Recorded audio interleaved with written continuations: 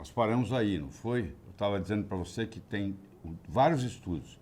Eu estou citando só dois aí.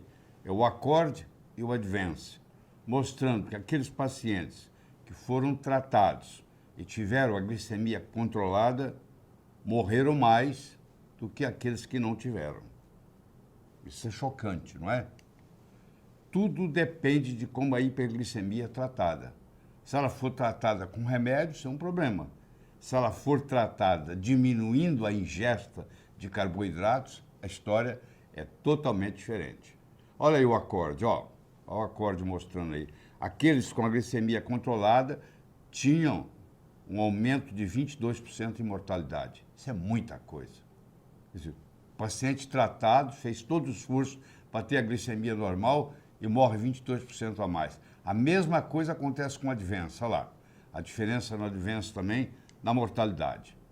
Claro que o sangue com a glicemia aumentada, ele também tem a sua glicotoxicidade, né? O açúcar tem uma glicotoxicidade. Não interessa se ele está dentro ou fora da célula. Só que quando ele está dentro da célula, é uma região mais nobre. Por isso que ele prejudica mais. Glicemia muito elevada mata as células beta do pâncreas. Tá, também entrando lá, então. Por isso que mata mais ainda. E principalmente as sulfonilureias, que é um grupo enorme de medicamentos hipoglicemiantes orais. Existem vários, uns 15, eu diria, no mercado. E todos eles levam a mesma história. Certo? Então, as lesões hiperglicêmicas, quando a glicemia está elevada, você desenvolve uma neuropatia. Quando a glicemia está acima de 140 miligramas por decilitro, após o TOTG, após o teste oral de tolerância à glicose, há uma gastroparesia, porque o vago, o nervo que controla o estômago, ele também pode sofrer uma neuropatia vagal. Esse comprometimento vagal também acaba comprometendo o sistema imune, causa arritmia cardíaca, e um dos tratamentos que a gente usa aqui é o alfa-lipóico e a vitamina B1 na forma lipossolúvel, que é a benzotiamina. São suplementos, não são remédios. A disfunção da célula beta vai até 100, acima de 100 miligramas, já começa a alterar, e no teste acima de 139. Retinopatia, onde a hemoglobina glicosilada 6,3 a 6,7 causa retinopatia, causa degeneração macular, podendo inclusive causar cegueira. E quando a glicemia está em jejum entre 115 e 122. Câncer, células cancerígenas se alimentam de glicose. Então, quando o sangue tem mais de 110 miligramas por decilitro em jejum, isso facilita a iniciação do processo cancerígeno. Certo? Aqui está a neuropatia vagal. Do lado esquerdo aí você tem um estômago normal. Vocês estão vendo que em cima aqui tem o esfíncter esofágico inferior.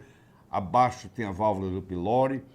Esse estômago enche até um certo ponto, esvazia, tudo funcionando. Do lado direito, você está vendo que o estômago está cheio e está havendo um refluxo esofágico. A comida está voltando para o esôfago. Olha lá, a válvula pilórica não abre. Olha lá, a válvula pilórica não abre, o estômago enche, então existe uma gastroparesia, uma paralisia do estômago, ele não funciona. Isso dá refluxo e dá uma azia pós-prandial. Então, paciente com diabetes que começa a sentir azia após comer, significa que provavelmente ele tem uma neuropatia vagal. E uma das causas da neuropatia vagal é justamente a metformina. A metformina pode causar, quando é dada acima de 1.000 miligramas por dia, por mais de 6 meses, ela faz uma depressão de coenzima Q10, de B9 e de B12.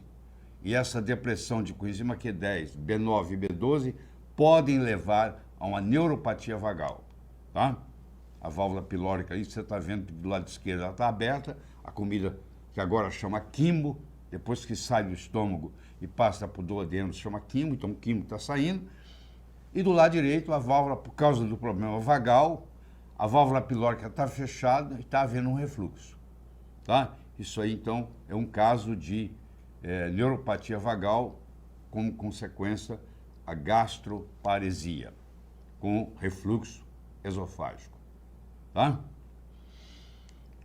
Isso, do ponto de vista clínico, às vezes é até patognomônico, quando o paciente com diabetes reclama de uma cãibra acima do umbigo. Então, essa cãibra acima do umbigo é patognomônica de que está acontecendo uma gastroparesia devido a uma neuropatia vagal. Então, a presença de azia.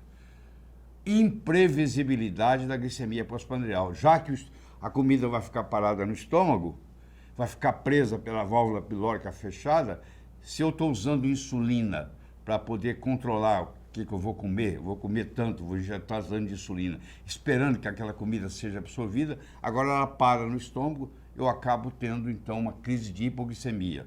Então, hipoglicemia pós-prandial com uso de insulina. A explicação é pela neuropatia vagal causando gastroparesia. Entendeu? Eu posso, por exemplo, existe remédio um antiemético, 25 mg, que é o Prepulsid, que é a Cisaprida, que você faz 15 minutos antes da refeição, ele é um estimulante vagal, para ajudar a sobrepor isso aí. Porque já que tem uma neuropatia vagal, esse medicamento estimulando pode contribuir e diminuir a sintomatologia. Pacientes pré-diabéticos ou diabéticos que se apresentam com azia, pensar em gastroparesia. Até que está rimando, né? Pensar em gastroparesia. Azia pós-prandial, azia pós-comida. Em paciente pré-diabético ou diabético, você vai pensar que está acontecendo gastroparesia por neuropatia vagal. E aí, ao invés de você tratar a neuropatia vagal, você dá um omeprazol da vida, que vai complicar ainda mais o problema, infelizmente. Tá? Neuropatia autonômica simpática, também ocorre com diabetes.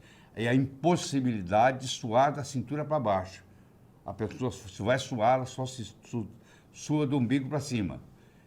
Esse exercício prolongado, por exemplo, pode causar hipertermia, porque a pessoa vai correr uma maratona e acaba passando mal, porque ela só consegue suar do umbigo para cima.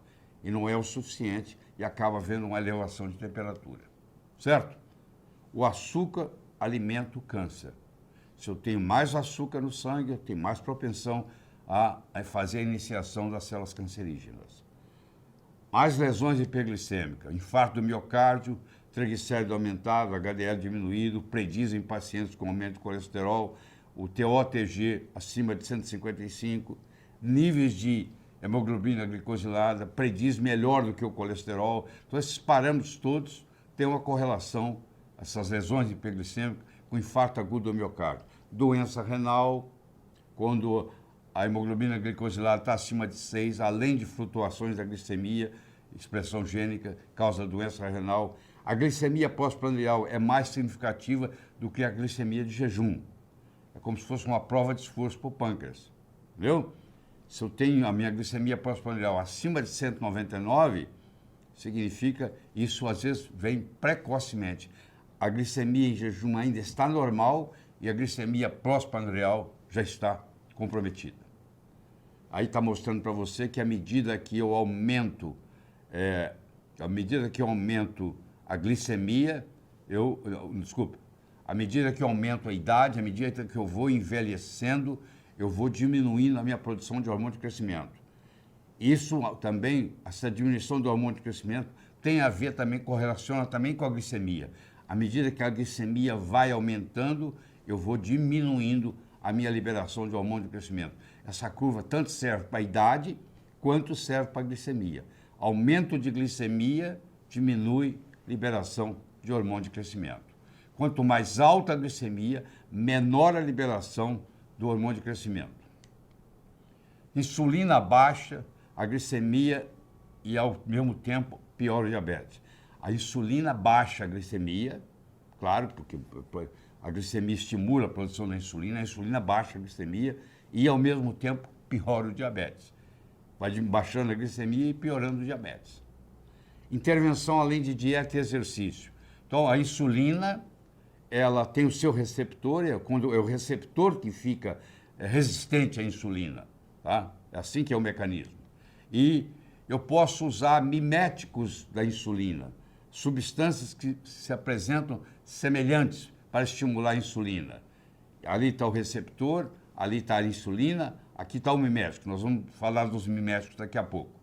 A metformina, uma das propriedades da metformina é melhorar o receptor para receber a insulina, ou seja, diminuir a resistência insulínica e diminui até uma certa proporção. Mas a metformina também tem os seus efeitos colaterais. Como eu disse, faz depressão de B9, de B12 e de coenzima Q10. Certo? Ali estão as sulfonilureias, não recomendada mais, apesar de estar ali na farmácia da esquina e muita gente está usando. Nós já provou que ela baixa a glicemia, mas ela aumenta a mortalidade. Então não deve ser usado. Todo esse tempo usando um medicamento errado. E ali tem os miméticos, que nós vamos começar a falar das incretinas. O GLP-1 é uma das incretinas. Aí nós vamos ter o chamado GLP-1 análogos, como é o caso da Victoza, como é o caso da Bieta, tá? E ainda temos os estudos alemães com alfa-lipoico, R-alfa-lipoico, óleo de prímula e biotina, que facilitam o estímulo da produção da insulina. E a glicose vai depender de todo esse mecanismo aí, se ela vai ficar regulada ou não, certo? E existem substâncias que eu posso ingerir que vão bloquear a absorção da glicose, como é o caso da acarbose. Então, se eu vou para uma festa, sei que eu vou comer um bolo de casamento, um bolo de aniversário, e eu não quero absorver aquilo, eu posso, ao sair de casa, tomar um comprimido de acarbose, e aquilo vai bloquear a absorção. Então, é outro mecanismo para diminuir e controlar a glicose. Muito bem, vocês estão vendo aqui um jato, vocês estão vendo aqui um carro Fórmula 1, vocês estão vendo aqui uma bicicleta e vocês estão vendo aqui um indivíduo andando a pé. Claro, quem está de bicicleta vai mais rápido que quem está a pé, quem está de Fórmula 1 vai mais rápido que a bicicleta e quem vai de jato vai muito mais rápido do que vai de Fórmula 1. Por que eu estou colocando essas figuras aqui? Porque eu quero mostrar para você o seguinte, eu quero mostrar para você os tipos de insulina. Eu tenho uma insulina ultra rápida, ela atua na hora, injeta. Eu tenho uma insulina chamada rápida, eu tenho uma insulina chamada intermediária e eu tenho uma insulina chamada lenta ou longa. Então eu tenho a ultra rápida, a intermediária e a lenta ou longa. Isso são insulinas comerciais. 3 delas são análogas e uma é bioidêntica, tá? Então são elas aqui. Vamos começar lá da ultra rápida, que é o Lispro, que é o mais famoso. A rápida é a chamada regular. A intermediária, que é a melhor delas todas, porque ela é bioidêntica, é o NPH. E eu pus um exemplo aqui da Lantus, da longa, que é o Lantus. Então, você pode... Cada médico tem uma preferência em usar uma ou outra, mas eu diria que se você puder controlar os seus pacientes sem insulina, muito bem. Se você for obrigado a usar, procure optar pela NPH, que é a chamada intermediária aí, porque essa aí é a bioidêntica. E geralmente uma unidade de insulina vai cuidar de 5 gramas de carboidrato, tá? Uma unidade de insulina para cada 5 gramas de carboidrato que você for ingerir, certo? Todas as outras, com exceção do NPH, não são insulina, apesar de ser chamada de insulina. Elas são análogas. Ou falta um aminoácido, ou tem 2 a mais, o que for. Elas não são igual à insulina do seu corpo.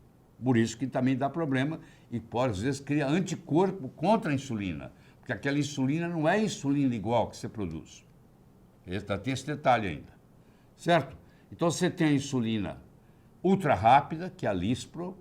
Você tem a rápida, também chamada de regular. Você tem a intermediária, que é chamada de NPH. E você tem a longa, que a substância chama glargina, tanto é que não é nem o nome não é nem insulina, é glargina, e a Lantus. Então, esses são os 4 tipos de insulina usados. Existe uma insulina chamada pré-misturada, que é 70% NPH e 30% regular.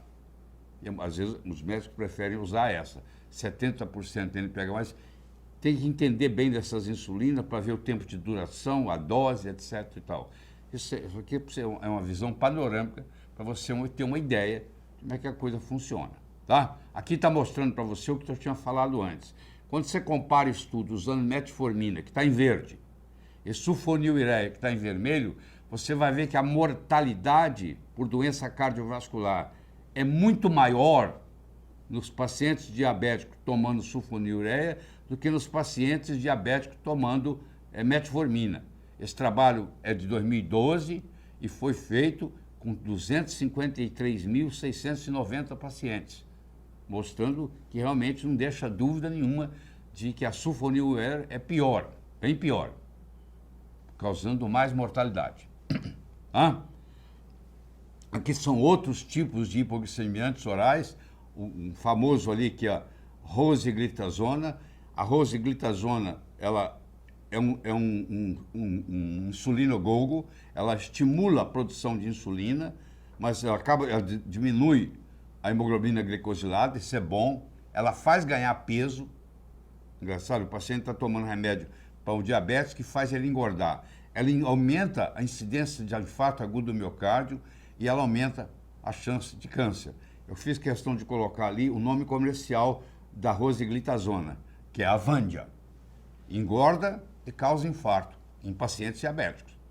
Acho que não é muito recomendável, né? Tá? Ali, estão as características ali dela. Muito bem.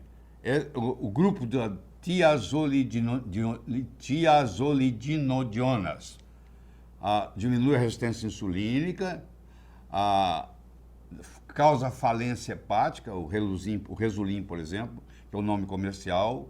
A Avandia, eu acabei de falar, né, causa infarto do miocárdio e ganha de peso. A Actus, da Abbott, que é do mesmo grupo, tem os mesmos problemas. A Avandia causa infarto do miocárdio e engorda, acabei de falar. E a Acto causa insuficiência cardíaca congestiva e também engorda. Então, remédios que estão aí para tratar diabetes que acabam complicando a situação ainda mais. Tá? Tem 2 fases do diabetes, aquela primeiro que a glicemia ainda não aumentou muito, mas a insulina já aumentou, e a segunda fase onde está aí, óbvio, a glicemia aumenta tremendamente, tá? Já passou dos 100 e etc. Que aí já entra a fase 2. Muito bem. Outros tipos de diabetes, eu estou mostrando isso aqui só para você saber que existe.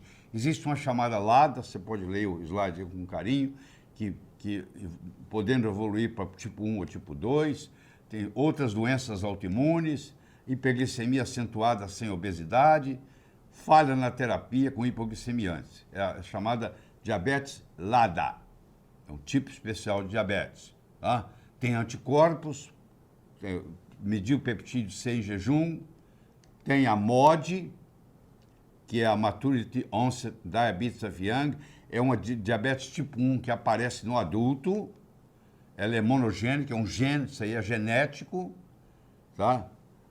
Erradamente diagnosticada tipo 1 ou tipo 2, ela não é nem tipo 1 nem tipo 2, ela é MOD, há parentes com diabetes ou não, geralmente ela é hereditária, vem de parente, de pai ou mãe, o diagnóstico confirmado pelo teste genético, você tem que pedir o teste genético, aí você vai diagnosticar que há um diabetes tipo MOD. O tipo mais comum de MOD é o MOD 3, glicosúria, perda de glicose na urina, com um nível pouco elevado de glicemia. A de glicemia não é tão elevado, mas há uma perda grande de glicose pela urina. Certo? O diabetes tipo 2, você tem 2 tipos. Aquele que a insulina está alta e aquele que a insulina já está baixa.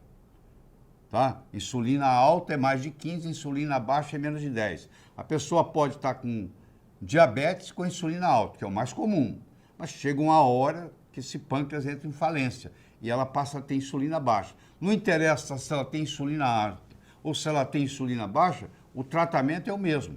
É evitar qualquer abordagem que estimule o aumento da produção de insulina. É a ressuscitação mitocondrial. Pode ser o caminho para você resolver isso aí, ao invés de você ficar tentando estimular o aumento da insulina, já que a insulina, per se, causa diabetes. Então, você tem lá a resistência insulínica que vai terminar em burnout, ou seja, chega uma hora que o pâncreas não aguenta mais produzir insulina. Então, ele para de produzir insulina. Chama-se beta cell burnout, as células beta das ilhotas de Langerhans. Tá? Claro que a glicemia aumenta no sangue por causa disso. Tá? E também causa obesidade.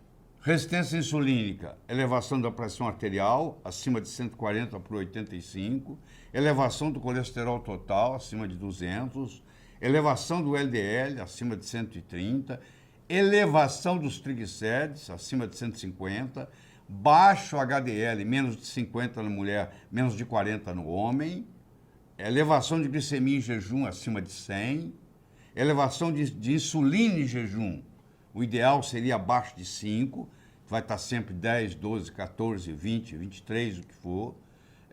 Índice de massa corpórea, em geral, acima de 30, porque a resistência insulínica é uma das causas de obesidade, a principal.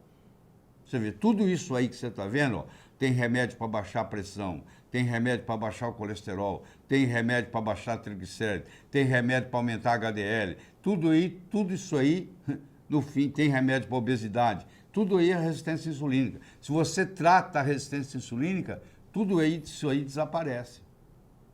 Você vê a importância de entender a fisiopatologia, do que está por trás de tudo isso, é a resistência insulínica? Isso é crucial. Tá? A circunferência abdominal, ela fica mais de 80 na mulher e mais de 88 centímetros no homem. Tá? Então, a circunferência abdominal é assim, ó. Você tem normal, sobrepeso e obesidade. Por exemplo, a mulher tiver menos de 80 de circunferência abdominal a nível do umbigo, ela está normal. Se ela tiver, o homem tem que estar menos de 88, ou seja, tem mais barriga do que a mulher. Se ela está acima de 94 na mulher, é obesidade. Se ela está acima de 102 no homem, é obesidade. É um outro jeito de detectar a obesidade. Agora, se ela está entre 80 e 94 na mulher, é sobrepeso. Se ela está entre 88 e 102 no homem, é sobrepeso. Então, eu tenho, pela circunferência abdominal, com a fita métrica, eu posso determinar se está normal, se está sobrepeso ou se está obeso. Tá? A resistência insulínica é isso aí que você está vendo, olha lá. A glicose tenta entrar na célula, mas a resistência insulínica não deixa, olha lá, não deixa. Ó. Ela bloqueia. Isso aí é uma animação mostrando como é que isso acontece. Entendido? Muito bem. Então, o que vai acontecer? Você está vendo à direita ali em cima, lá, insulina, lá, tem um receptor de insulina, ele vai ativar uma cascata que vai da direita para a esquerda e aí vai abrir o GLUT4. Está vendo o GLUT4 lá na membrana? O GLUT4 vai ser estimulado e vai permitir o transporte da glicose do extracelular para o intracelular. Então, qual é o papel da insulina? Estimular o GLUT4. Esse GLUT4 agora vai abrir as portas, os portais, para a entrada da glicose na célula. Certo? Olha lá. Olha lá o GLUT4. Muito bem. Nós temos vários GLUT. O GLUT1, o GLUT2, o GLUT3, o GLUT4, que eu acabei de mostrar, o GLUT5. O GLUT4, você está vendo, acontece no tecido adiposo, esquelético e cardíaco. O GLUT1 está na hemácia, rins, cérebro. O GLUT2 está no fígado, células betas, que é das ilhotas de Langerhans. O grupo 3 está nos neurônios e placenta. O grupo 5 está no intestino delgado e rins. Olha lá. O grupo 1 é captação de vitamina C. A vitamina C se parece bem com a glicose.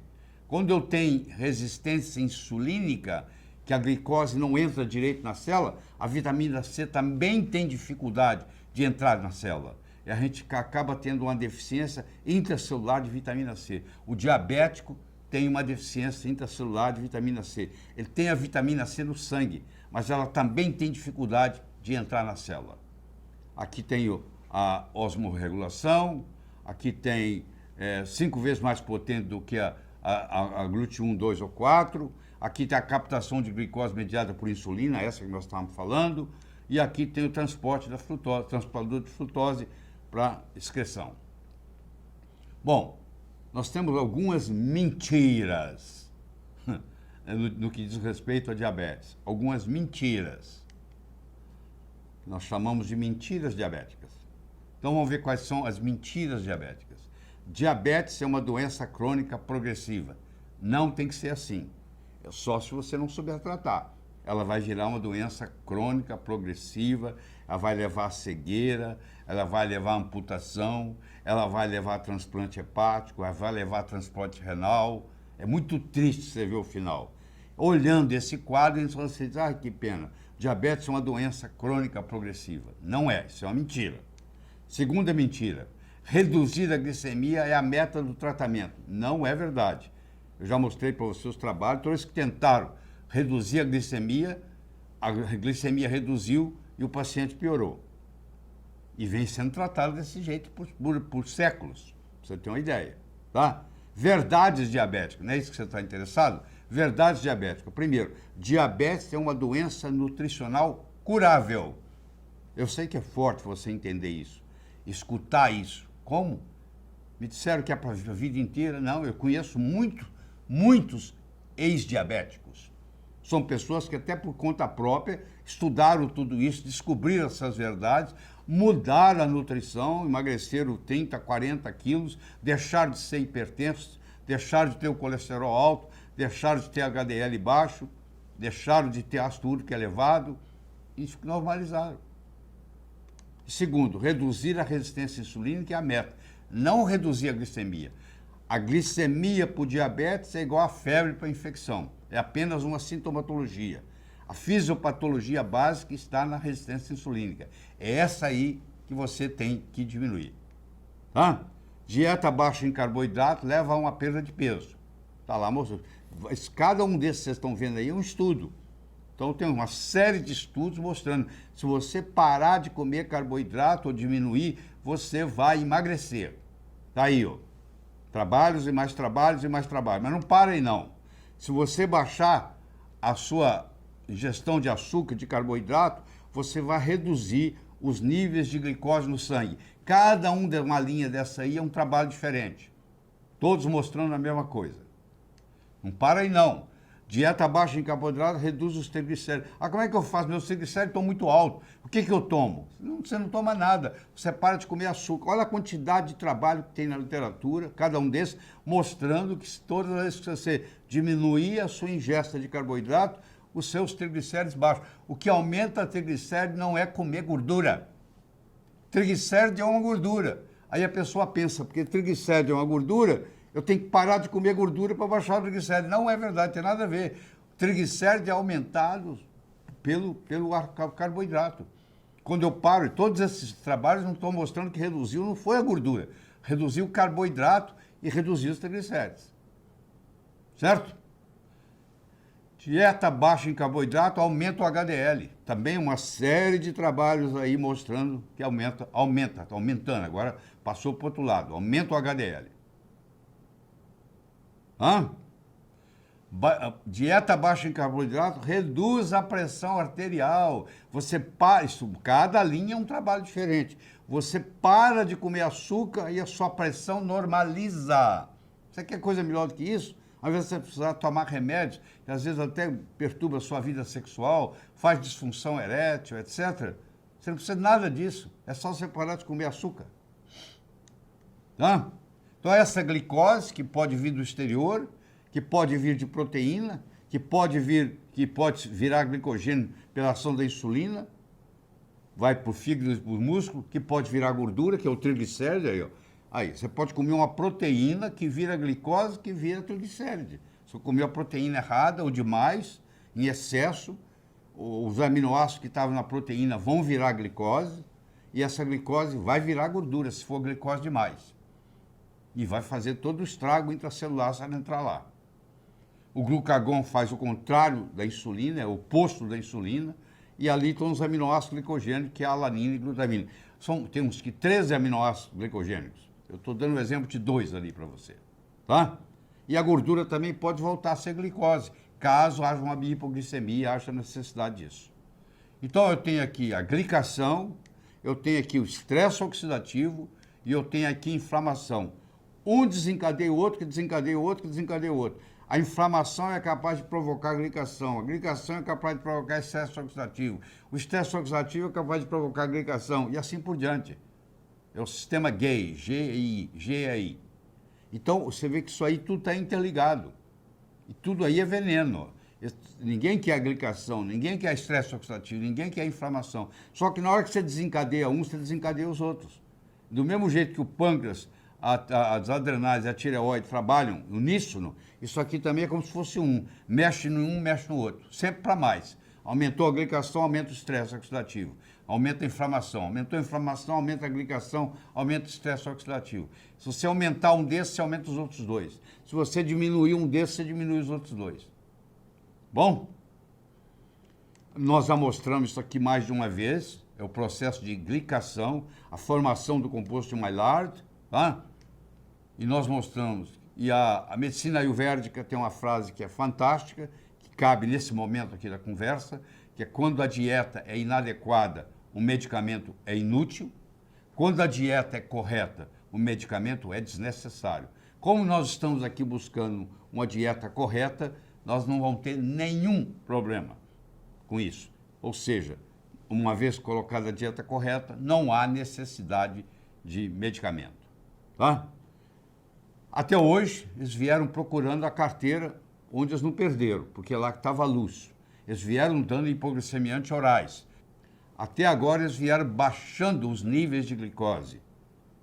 E chegaram à conclusão que baixar o nível de glicose, estimulando a produção de insulina, não é o caminho. Tá? Não adianta você fazer isso, porque você manda a glicose para dentro da célula, por causa da insulina que aumentou, e vai de um lugar menos nobre para um lugar mais nobre. Então, todo mundo está procurando baixar a glicose, mas na realidade você tem que diminuir a resistência insulínica. Então, os esforços estavam todos para baixar a glicose e eles esqueceram, ou nunca ficaram sabendo, da resistência insulínica. E hoje nós sabemos que o segredo está ali, lá na escuridão, não onde está a luz. Tá? Ideia que não faz sentido no tratamento do diabetes. Por décadas, os médicos recomendam para seus pacientes diabéticos que comam uma dieta alta em carboidrato, baixa em gordura, para prevenir doença cardíaca. Olha aí.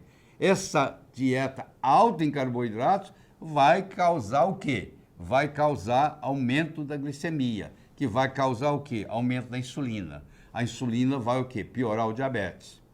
Isso pode ser comparado a tratar o alcoólatra com álcool. Alcoólatra com álcool. Como eu já disse para você, que se você é o único que conhece isso, você está isolado. Ninguém vai estar aí para te escutar. Você tem que fazer o teste e mostrar que isso é verdadeiro. Tá? Olha aí, ó, isso é a American Diabetes Association, Associação Americana de Diabetes. Olha a recomendação que eles têm, e é recente, é 2010, não é tão antigo, que eles estão recomendando que você ingira 84 gramas de carboidrato 3 vezes por dia com paciente com diabetes tipo 2. O tipo 2, um indivíduo de 65 quilos, cada 1 grama de carboidrato aumenta 3 miligramas de glicemia no sangue. Portanto, isso aí que eles estão recomendando, 84 gramas 3 vezes ao dia, e como aumenta 3 miligramas cada um, vai dar um aumento de 750 miligramas por decilitro no sangue de açúcar, que vai causar um aumento brutal de insulina. Quer dizer, continuam tratando errado. O que eu posso fazer? Nada. Só lamentar. Mas só porque eles estão tratando errado não significa que você tenha que continuar seguindo eles. Então, a progressão, você tem insulina, a insulina, e tem as drogas para estimular a insulina, mais ainda, uma dieta baixa em gordura, isso aumenta a insulina mais ainda, tá? Aí, na regressão, aí vai progredindo a doença. Na regressão, você faz, por exemplo, um jejum, esse jejum ou uma cirurgia, eu vou mostrar a cirurgia que ajuda, existe uma cirurgia bariátrica que ajuda no tratamento do diabetes, eu não estou recomendando, mas existe, que é melhor até que medicamentos. É uma dieta baixa em carboidratos, você vai ter uma redução de insulina. Então você pode escolher o caminho onde você vai terminar aumentando a insulina, que vai fazer a doença ficar pior, ou o caminho. Um deles, o jejum, que é a única coisa que Jesus Cristo, Moisés e Maomé concordavam. Deve ser bom, porque a única coisa que os três concordavam é jejum, né? Que é uma coisa que não custa nada, simples, né? Nós vamos discutir isso aqui, certo? Se você está fazendo uso de insulina e os níveis de peptídeo C no sangue são acima de 1 miligrama por ml, é possível que você possa se livrar da insulina. Isso palavra de quem largou a insulina. O Dr. Bernstein, Richard Bernstein, que eu mostrei para vocês, que é o recordista mundial, um indivíduo vivo com mais tempo com o diagnóstico de diabetes tipo 1, desde os 12 anos de idade. Tá ele aí de novo, tá? Muito bem. Como é que eu vou diminuir a resistência à insulina? Isso que eu quero diminuir a insulina. Eu faço jejum intermitente, que talvez é uma das grandes descobertas recentes. Tem muitos, mais de 500 livros sobre jejum intermitente hoje no Amazon.com, virou uma febre e é uma estratégia super interessante. Tá? Reduzir carboidratos. Eu não estou fazendo jejum, mas estou comendo sem comer carboidratos. Aumentar a ingestão de gordura boa. Aumentar o consumo de fibra, muito interessante, porque a fibra diminui a velocidade com que o carboidrato é absorvido. Fazer uso de vinagre, ácido acético, da refeição. Condimentos, curcumina e ervas. E suplementação mitocondrial, fortalecer a sua mitocôndria. Toda dieta baixa em gordura é alta em carboidratos. Por quê? Quer entender por quê? Porque quando você tira a gordura da sua comida, a gordura vira um isopor, ninguém aguenta comer.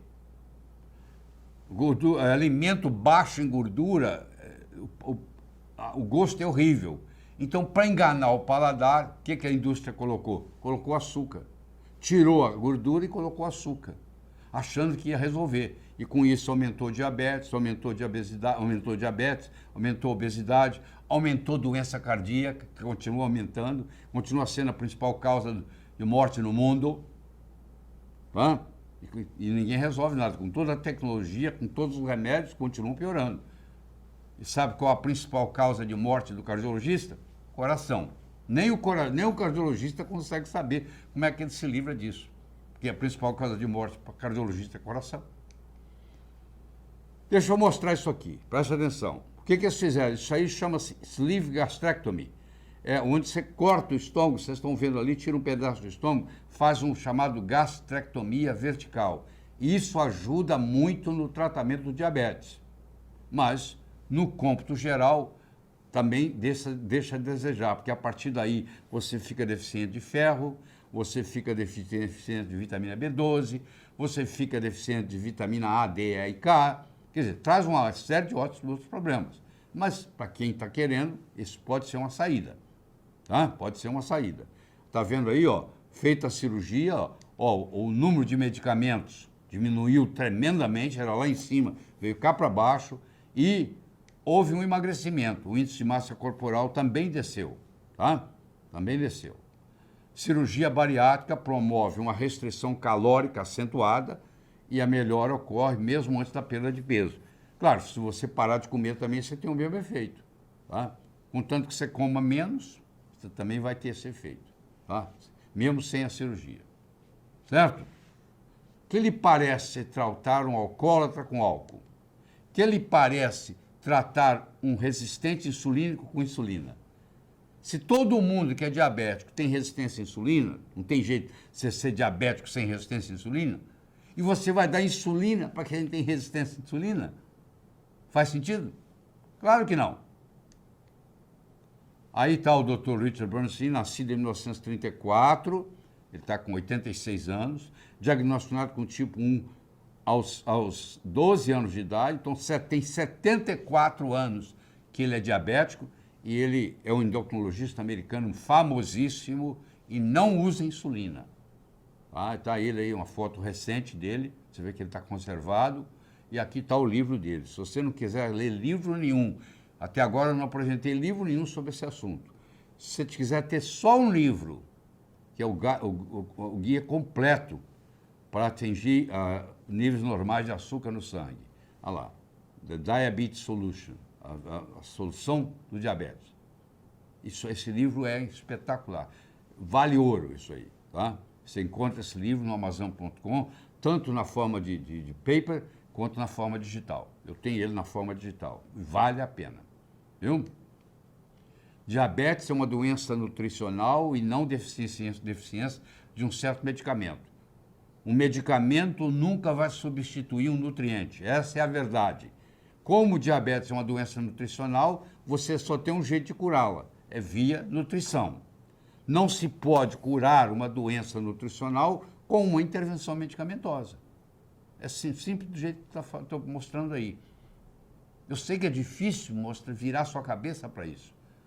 Porque você vem acostumado a vida inteira acreditando que vai existir um remédio novo que vai resolver o problema do diabetes. E todos os remédios novos que estão aparecendo têm os mesmos problemas dos antigos. Não vão resolver nada. Porque é uma doença nutricional que se resolve com a nutrição adequada. Essa é a verdade. Então, o diabetes tipo 2, você tem que tratar a disfunção mitocondrial que existe. Existe toda uma abordagem, que nós não vamos abordar aqui hoje, sobre como curar a mitocôndria. Precisa de reduzir os carboidratos e precisa de reduzir os poluentes orgânicos persistentes, que são essas toxinas que tem por aí, derivadas do petróleo. Então, às vezes, uma pessoa não consegue equilibrar o diabetes porque está com muito POP no corpo, poluente orgânico persistente. Então, se eu quisesse uma abordagem simples, é cortar os carboidratos, fazer um detox, você pode fazer isso, por exemplo, com a sauna seca, ajuda muito, e tratar de fazer alguns suplementos para curar a disfunção mitocondrial que existe no diabetes. Os poluentes orgânicos persistentes são dioxinas, furanos, PCBs e pesticidas organoclorados, aumentam os triglicéridos e diminuem o HDL. Igual faz a resistência e causa a resistência insulínica. Por isso que aumenta os triglicéridos e diminui o HDL. Certo? Exposição crônica à atrazina, que é um herbicida usado na cana-de-açúcar e no milho, causa disfunção mitocondrial e resistência insulínica. Tudo que causa disfunção mitocondrial acaba causando resistência insulínica. E resistência insulínica ajuda a causar disfunção mitocondrial. É um ciclo vicioso. Aqui está a mitocôndria, é gemelar, tem 2 camadas, que produz a energia no corpo. O diabetes tipo 2, está aí de novo, você tem que fazer a suplementação mitocondrial. Você pode usar ou a dieta cetogênica ou o jejum intermitente, os dois funcionam. A dieta cetogênica é um pouquinho mais radical, o jejum intermitente é simplesmente pular uma refeição. Se você de vez em quando, umas 3 vezes por semana, pular uma refeição já faz diferença. E o detox, porque você tem que eliminar os POPs e o detox. Tá? Uma das primeiras respostas do Dr. Sir William Osler, o pai da medicina moderna, era um canadense, um dos fundadores da Universidade Johns Hopkins. Olha o que ele dizia. Uma das primeiras responsabilidades do médico é educar a população a não ingerir medicamentos. O próprio médico falando que é para não ingerir medicamentos. Está aí a foto dele. Deixou muitos conhecimentos médicos para a gente. Qual é a melhor abordagem para reduzir resistência insulínica? Qual? Tem uma? Você quer uma assim, ó? Aquela que vale a pena você ficar sabendo? Olha ela aí. Jejum. Simples. É simples como isso. Como dia sim, dia não, você vai ver o que acontece. A sua insulina normaliza, a sua glicemia normaliza. Tá? E, inclusive, você vai diminuir a fome. No momento que você começa a jejuar, a sua fome some, desaparece. Tá? Mais essa vantagem ainda. Aqui está a publicação que se você não tomar café da manhã, você tem uma série de efeitos, emagrece. Se você não pular o café da manhã, você emagrece. Trabalho publicado em 2013. Quer dizer, pulou uma refeição, seja lá qual for, pode pular o almoço, pode pular o jantar, pode pular o café da manhã, Depende daquela que é menos importante para você. Se a refeição menos importante é o jantar, aprenda a não jantar. Se o menos importante é o almoço, aprenda a não almoçar. Se o menos importante é o café da manhã, aprenda a não ter café da manhã. Escolha aquela que é melhor para você. Contanto que você escolha uma, já faz diferente. Eu estou falando até você que é saudável, que nem precisa estar doente para se beneficiar disso aí. Hã? Não tomar café da manhã ajuda a emagrecer, é a conclusão desse trabalho aí. Mas se fosse não almoçar, ajuda a emagrecer. Não jantar, ajuda a emagrecer. Hã? Olha lá, período o jejum intermitente também ajuda. Jejuar um dia por semana. Você jejua só um dia por semana, faz diferença. Olha que impressionante. Em 1916, a Sociedade Médica Canadense ensinando a tratar do diabetes. Está lá mostrando, ó, deixe de comer um dia na semana. Isso é em 1916, a Sociedade Médica Canadense já ensinava você, naquela época não tinha nem insulina. Insulina foi descoberta em 1921, ou seja, não tinha nem insulina. Como é que tratava? Era muito simples, olha lá, era jejum intermitente. Você acha que jejum intermitente é uma coisa nova? A Sociedade Médica Canadense, em 1916, já pregava isso no tratamento do diabetes. Tá bom? Pra você ter uma ideia. Não é de hoje, não.